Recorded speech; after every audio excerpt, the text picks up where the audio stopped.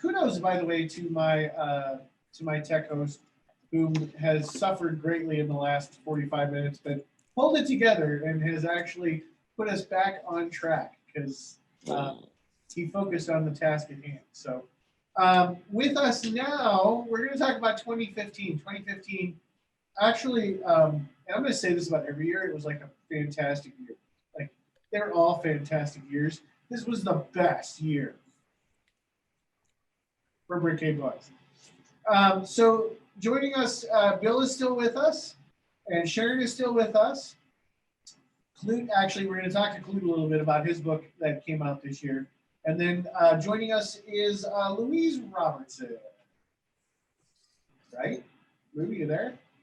Oh, are you? Yes, I'm here. Oh, okay, good. I thought you could see me. I can only see like 4 people at once. So if I don't see you, I don't necessarily know that you've successfully been transitioned. Does Klute count as one, or because he has that tiki, is that 2 people? Klute plus a tiki? Yeah. Is that 2 people? So I'm actually going to kick this one off with Louise because much like Jenn was when we talked about the 2014 books, this was Louise's first book with us. And Louise knew us, but I don't think she really knew us, if you get what I'm saying. So I kind of wanted to get a little bit of that perspective on kind of where the naming of kind of came from and then kind of what was on that side of the process. So Lou, it's all yours. Well, the book was a cherry-picked version of everything I'd written after a big break in writing in my life. So I had a manuscript way back in the day that I did for my Master of Fine Arts in creative writing. And I had a chapbook that I published through another publisher here in Columbus, Pudding House. But I didn't have a full-length book that was published in the regular way. And so I decided to cast aside anything that had been written before, like a 10-year gap of writing. Wasn't allowed to use any of that, even though some of them had some real cred to them, but put the old things aside. And so, but I still had like 10 years to pull, cherry pick some of the best I had slammed, I had published, I had done a lot of different things. And so what I that book was pulling together like an arc of time. And so I pulled the material together and I arranged it in kind of a narrative arc, but I did the cheat where you make 3 chapbooks. It's a bit of a cheat, but I did the whole thing where you print everything out and you lay it on the floor, you see what the best flow is. I did all of that, I promise. And so yeah, that's how that book came together. And I knew you mentioned him earlier. Scott Woods had a book of poetry through you, and that was how I known you a little bit as people and writers, but not as a publisher. So that's how I found out about you guys. Yeah. Is that so? I mean, just look at the group of poets that are on this portion of the call, right?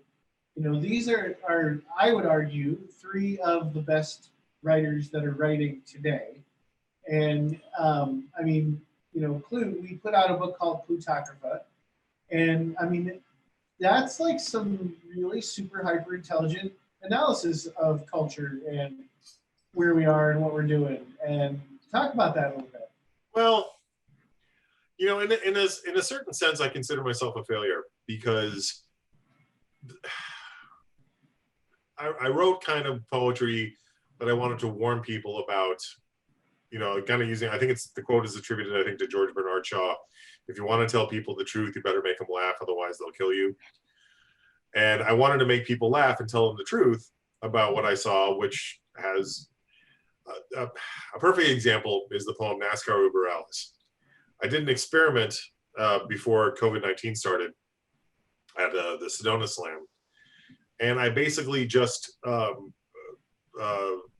changed out 6 lines of poetry. And the poem was about George W. Bush and the rise of fascism in America. And replacing some lines that referenced Trump and keeping everything else the same. And it worked perfectly. People who had never heard my work before, that poem that was written back in 2000, 2003, 2004, published in the bound volume, Klute in 2015, was still as valid then, now as it was then. Which means as a writer, I didn't stop anything. I didn't change the way that I didn't change the course of the world. The world just kind of looped back around. You know, where we thought we had made progress with the election of Barack Obama and perhaps the changing of culture, and unfortunately, so many of my poems could basically just be repeated. And I'm being a downer right now, and I don't like that. I don't want to be a downer, but so in an extent, I'm happy it's out there. I'm happy it's in print. I'm sure it'll be used in my show trial and when they come. But you know, at the same time, I don't think that I as a writer, I know I accomplished something, and I'm being kind of hypercritical, but I don't think politically I was there to witness the moments, but that's all I kind of did.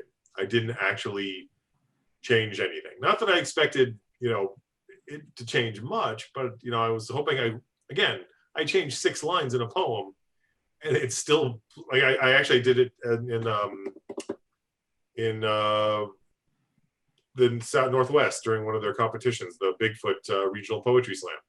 An audience of basically poets who had never heard me before, and I did this poem, Schober, and then it was like, oh wow, that's really cool. It's like, yeah, did this poem back in 2003 and published, and you don't know that it's basically the same goddamn poem. So but Klute, you know, I think that as poets and writers, we're witnesses always to what goes on. I don't know that any poet or writer that we know of or that you can name has changed the course of history.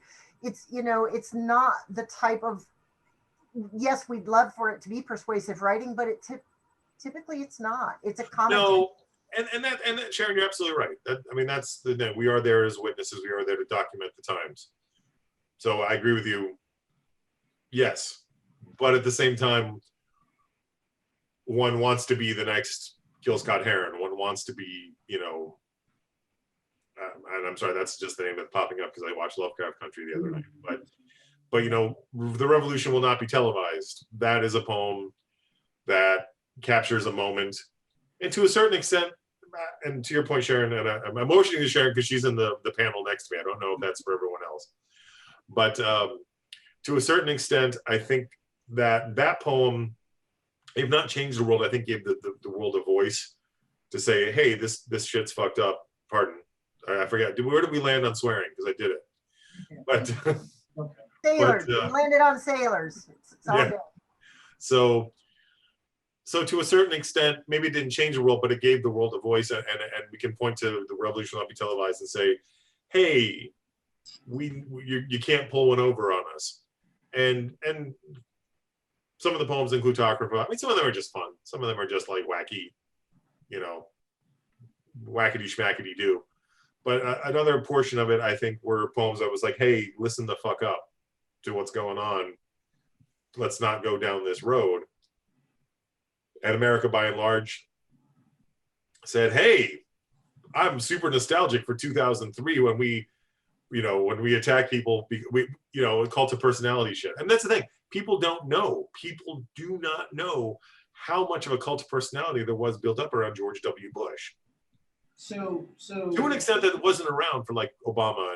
And that's why it was so hard to write during the Obama era, because there wasn't kind of this, even if you liked Obama, you were like, okay, but you promised us this, and now we're getting that, and you know. Yeah, so I'm gonna dovetail a little bit and transition over to the fiction guys, because we had a couple of really big fiction books that came out, and while I give those guys a chance to kind of talk about that, I remind everybody, if you do want to ask a question, please don't hesitate. Throw it into the chat, throw it into the Q&A. I know Marcus is working on the Facebook Live. Somebody said that they were having trouble with Facebook Live. So. Oh shit! Should I be watching? I'm only watching the Zoom window. Should I be watching Facebook Live too? You might want to pop in there and see if there's anything on. Okay. Facebook. I'm getting the shake of no, so don't even bother.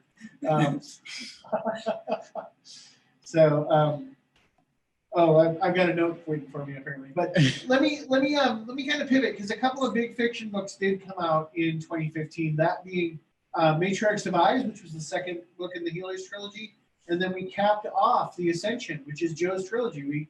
We got Out of the Dark out in 2015, and those books, I think, signified that we were in it for a long run. Because they were, hey, we finished it. You know, we now own the series. Like, this is our stake, if you will. And I think Healers was that proof of concept that, you know, hey, we've got authors that are willing to stay in the same universe and continue to write in that universe. So, Joe, talk a little bit about that a little bit and finishing that series up. I'm glad I finished it. Me too.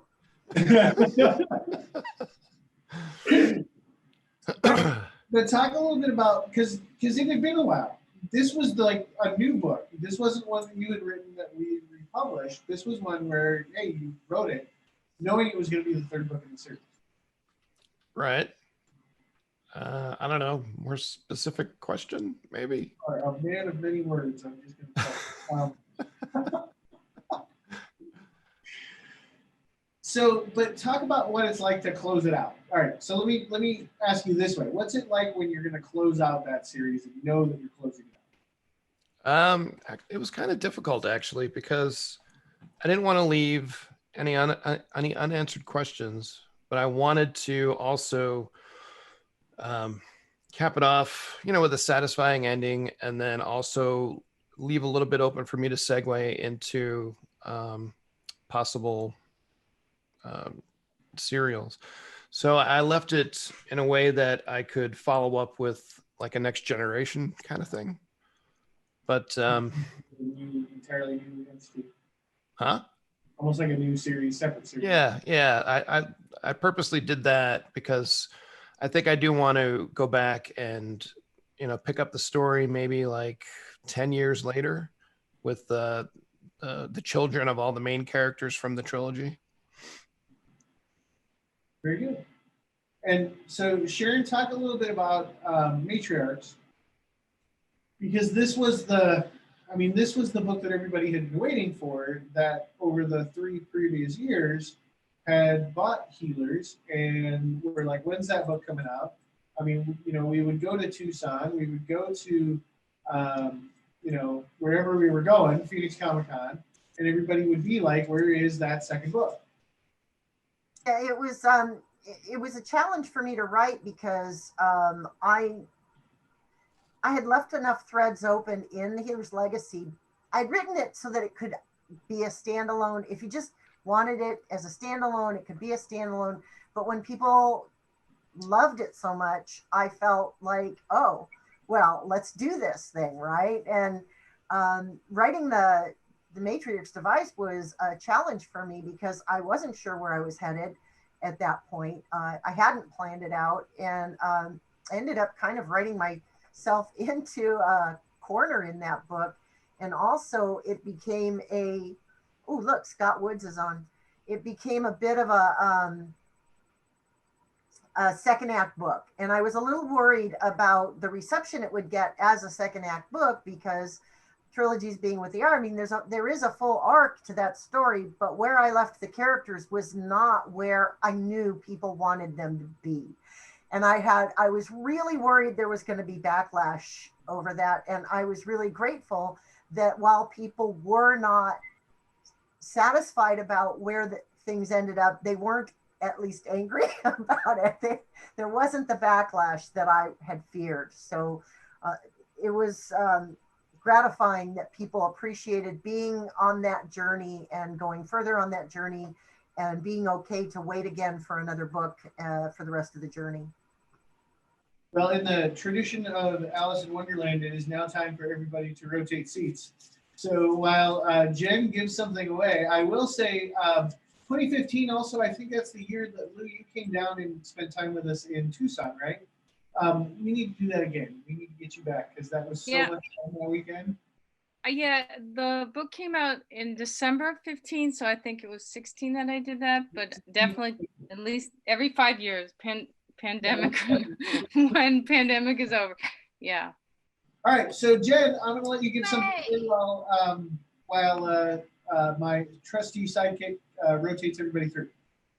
All right, well, Sharon and Joe just talked, so how about we do a duo thing right now and give away a Supernal Dawn? Like a combo deal. You get Joe and you get Sharon together, one book. Boom. And that's unusual because Joe and I usually are not on page on anything. So there you go.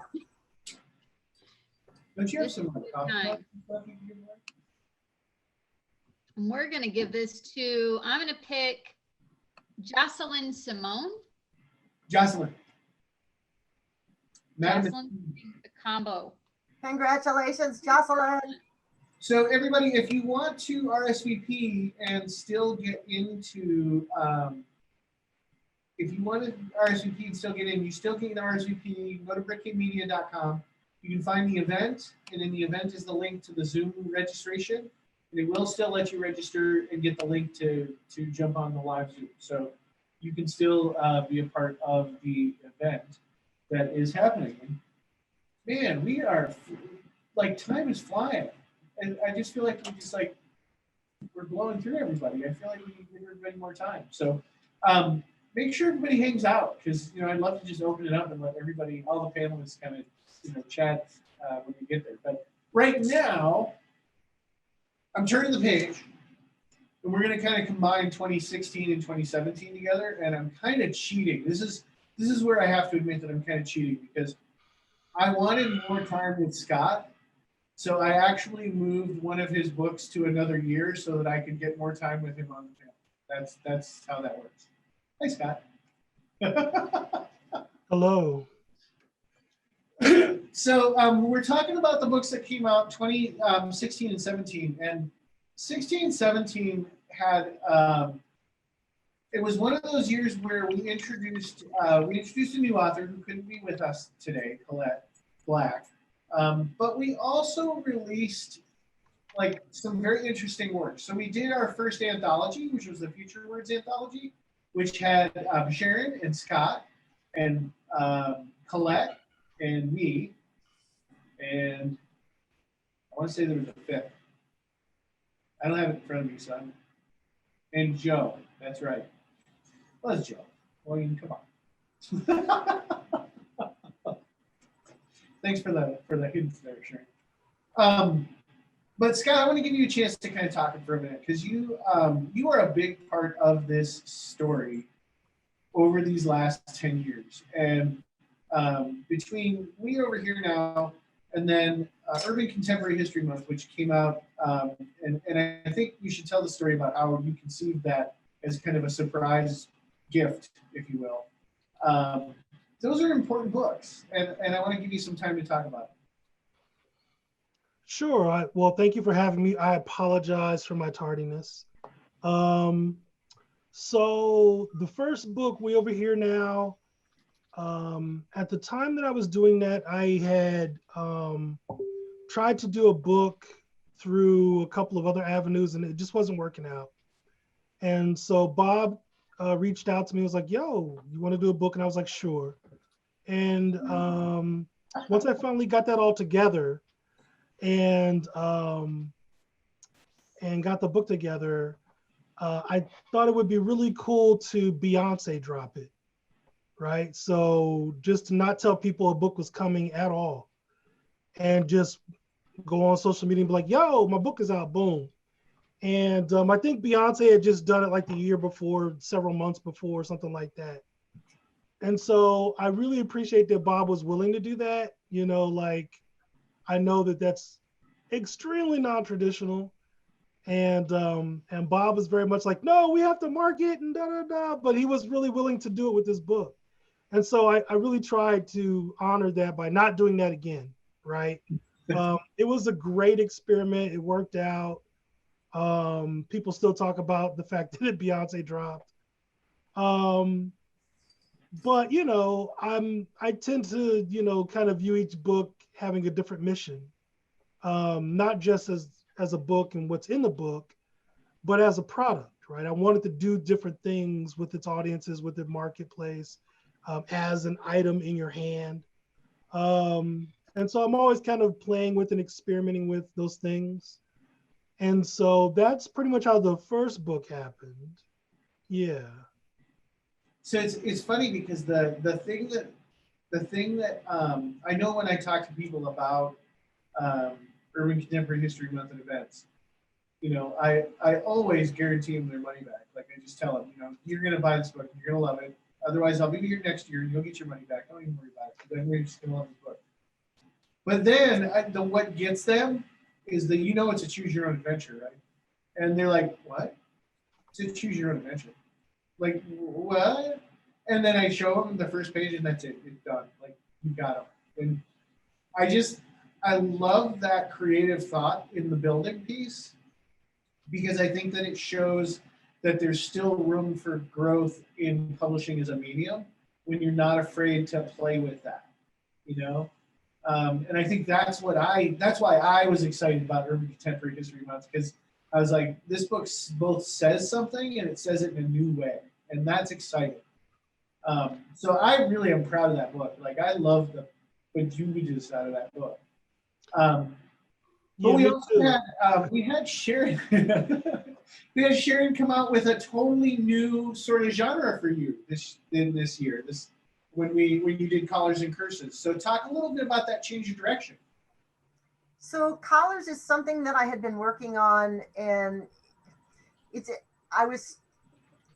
way that my process works when I'm writing a novel is that if I get stuck on one, I have something else to go to. So I always have more than one thing that I'm working on, because I kind of bounce back and forth. And when I was struggling with matriarchs, and I would bounce over to work on Collars because it was so different. It was very different. So it's more of an urban fantasy, and the voice is completely different. It's a very snarky teenage girl, and it's basically the story of a girl who's genetically a shapeshifter. She's a teenager, so she both, literally and figuratively doesn't fit in her own skin, right? That's how we feel as teenagers. It's often how we feel as individuals, but especially I think when you're a teenager, you really it's hard to feel like you belong inside your skin and your body. And I think that, and I was exploring, especially for young women, that experience. And I love that character. I love that voice. She's the character. Okay, that voice, that character, she is who I want to have been as a teenager. It's not who I was, but certainly I wish I had been her. I wish I had had her voice. I was kind of a meek, quiet person when I was much younger, and she's not. She speaks her mind, and I think that that's, again, my strong female hero type role model that I'm trying to put into the world as sort of to push back on a lot of the messaging, especially that young women get.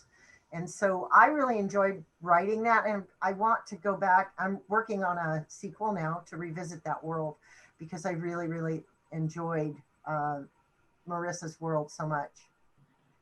Cool. So in addition to both Urban Contemporary History Month and Collars and Curses, we did release Moon Shadows, which was Glenn Black's book. That was kind of a new genre for us. That was a little bit more, I don't want to say it was romance, but it had a strong sort of romance hints to it. Still YA.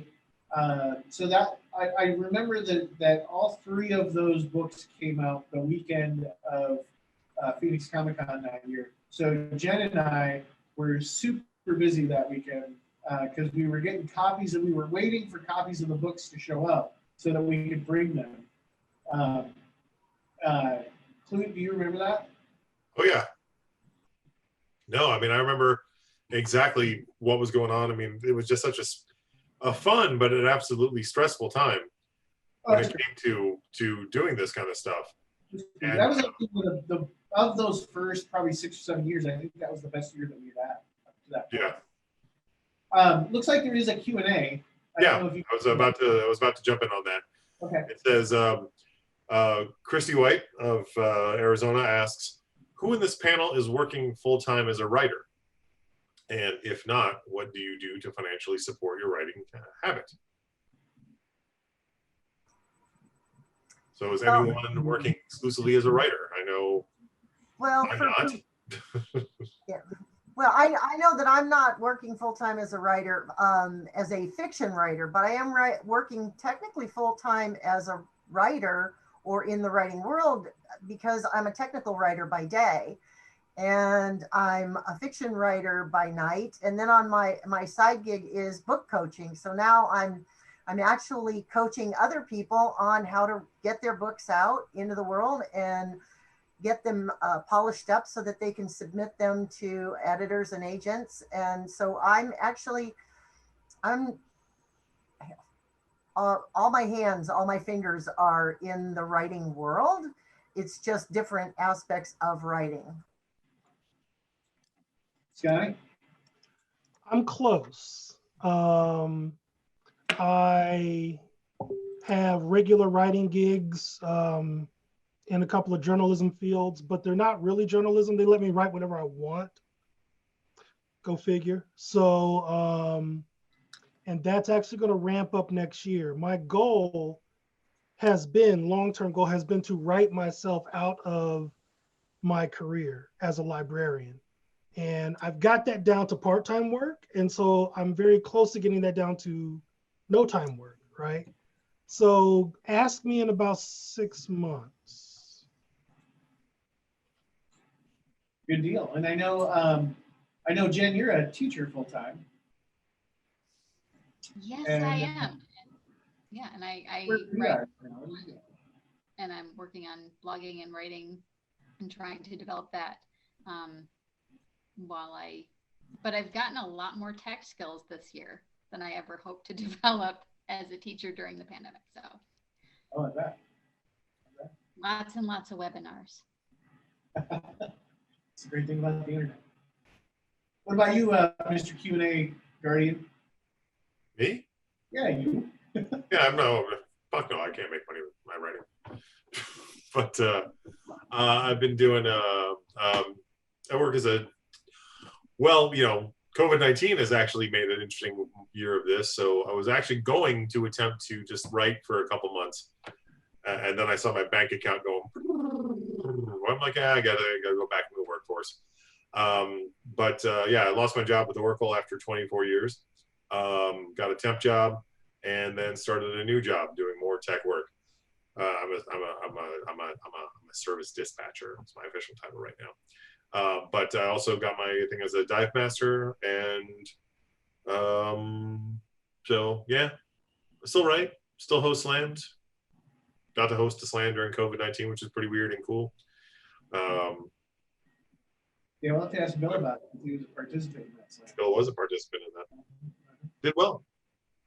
All right, so we are at the point where we've got to rotate chairs again. So while Marcus rotates chairs, Jen, the floor is yours to give something away. All right, I'm going to give a thing away now. I've been giving away a lot of books, but I remember when I used to bug you about let's make stuff and give it away too. Remember that? Yeah. So I'm going to give something away right now that I remember I used to kind of try to say, Bob, you should make these because readers love these.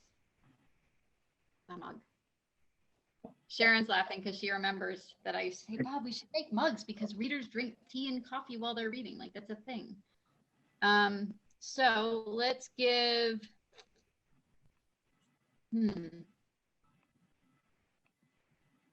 going to choose, I think it's Cecily King. Am I saying that right? I'm not sure. I'm not sure who Cecily is. It might be. But they're going to get a mug to drink tea Well, or whatever. You are a winner. Oh, there you go. Oh. Thank you, Louise. Louise is like saving us like 3 times now on making sure that we know who's winning. Louise, you can recommend whatever hot beverage that Cecily would enjoy in this. Or cold, I mean, whatever. It's a mug. It's universal. Yeah, you're there. Okay.